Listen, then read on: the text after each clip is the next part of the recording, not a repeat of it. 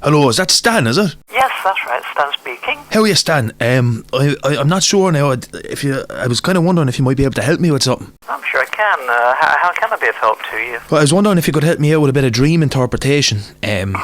I've just been having these haunting, bizarre collages of intense imagery, and it's just getting to the stage now where I haven't had a solid night's sleep for a good fortnight, man, you know?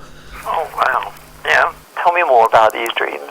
Well, it's not a recurring dream per se, but there's a couple of recurrent patterns, but they're never quite the same thing. It's kind of like two snowflakes or something, do you know what I mean? Mm-hmm. They're never the same, are they?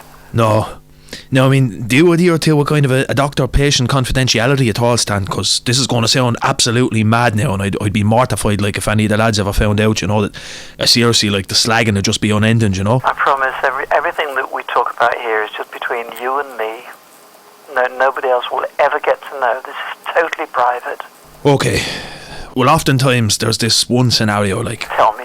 It starts off normal enough, and just drinking a bottle of Lucasade outside McDonald's, right? Mm-hmm. And then there's those 4 Indian panpipe players, or Mez Aztecs, or whatever they are. They'd be selling the tapes up in Red Square, do you know the ones? Oh, I know those, yes. Yeah. Well, essentially, I'm trapped in an elevator with the 4 of them, right? An elevator? A lift, like. Yeah. Yeah, and they keep trying to tell me something, but their voices are all warbled, kind of like an ice cream man's old worn-out tape or something, do you know? Mm-hmm. And then one fella was wearing a little bandit's mask, like the Riddler or something. So I put my hand on his voice box to try and feel what he's trying to say. But just as I touch him, his face just morphs into Ian Zerling, who plays Steve Sanders in 90210. Oh, right, yes.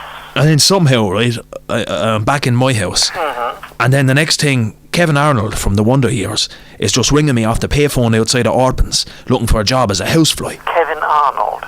So then it kind of skipped the scene in the dream, you know the way, like. But the next thing, I was at home and I just knew I'd given him the job. And then he arrives at the door as the fly, like. You mean he was dressed as a fly? No, I mean he was an actual fly, like. But then he just started singing the theme tune to Titanic up into me face, and he just wouldn't stop, like. And I was throwing out Hadoukens at him, trying to get him to shut up, like. What's a Hadouken? Just these fireballs that Ryo used to throw in Street Fighter 2, like these blue things, you know. Right, yeah, that's reasonable. But just to get him out of my face, like. Yeah. So to get away from him then, I had to run through this little kind of a foxhole under the staircase. And the next thing I know, I'm going down the green slide out in Splash World, and it's going on for ages, like. And Jean-Michel Jarre's Oxygen is playing in the background.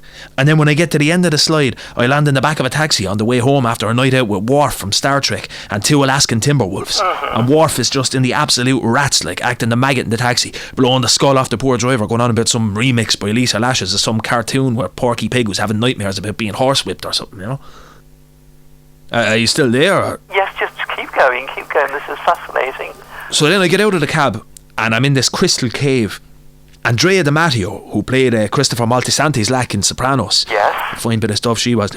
She's there just playing this game of pool against Superman for a green card. Mm-hmm. And Judge Dredd is doing a podcast with Pac-Man, just commenting live on the match, like. Yeah. And while this is going on, Papa Shango is playing the theme tune from Blockbusters on a child's xylophone. And then there's other people there in the audience, celebrities like Captain Planet and those 2 big bald twins with the hammers from the end of the first level of Golden Axe. Yeah. And next thing, I look up overhead, and the hyenas from The Lion King are flying over in a massive zeppelin with a hammer and sickle on it. Now, I should say I probably know where that stems from, because I'd be a bit of a socialist myself, you know. Oh, would you? Yeah. I would, yeah. Yeah, I'd be proud to say. Yeah. But, anyway, what was I? Sorry. Yeah, then Ian Zerling pops up again, right? Yeah. And he's firing a rocket-propelled grenade at the hyenas, because he just found out that they went off with Darth Vader's lack. And Darth is standing there laughing at them as they plummet down in a fireball, like. It's heartless, like. Except his mask, it was red instead of black, and his eyes are all kind of warped, like in the Soundgarden video for Black Hole Sun. Mm-hmm. I mean, I don't know if you can visualise that now, if I'm using the right words or whatever. Or... No. I think you're painting a very vivid picture here. Very vivid. Hang on again just for a second while I just get a notebook here. No bother, take your time. Carry on. This is fascinating. Well, anyway, in the next scene, everyone just makes friends again. And That's nice. Well, you could just feel that, like, you know, it's just draw a line in the sand type of thing. And we're all sitting inside Garrett Fitzgerald's living room, sharing a bag of Monster Munch, like the old ones now with the number 3 Cyclops on them or whatever. And we're all just watching The Wizard of Oz synced up to Die Hard 2. Oh, no, hang on. Don't you mean Dark Side of the Moon? How can you sync up 2 films, for God's sake? How do you do that? They just have 2 VHS players and a crossfader. Like, I don't know really. I've seen fellas doing it out in Japan. I didn't ask too many questions, to be honest with you.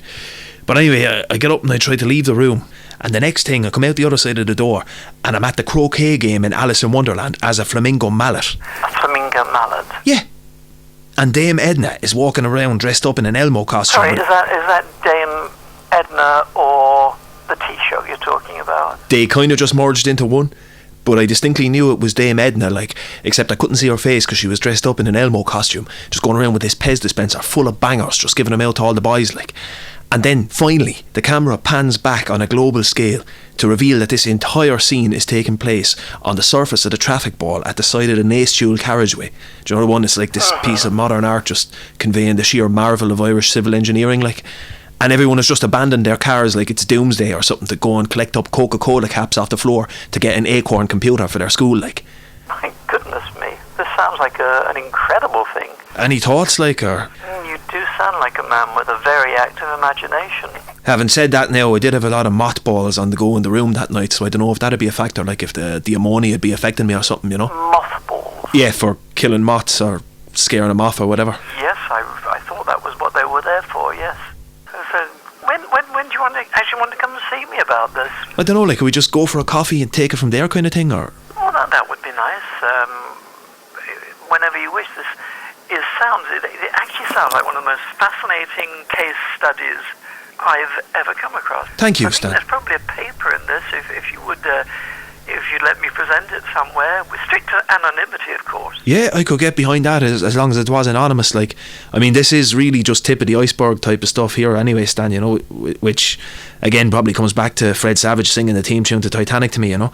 They obviously mean something. Well, they must, like. So let me know when you're free, and we'll get together. I'll give you a shout over the weekend and we see what the crack is anyway, right? Yeah, that's fine. I'll speak to you then. On the ball, Stan. I'll talk to you then. Yeah.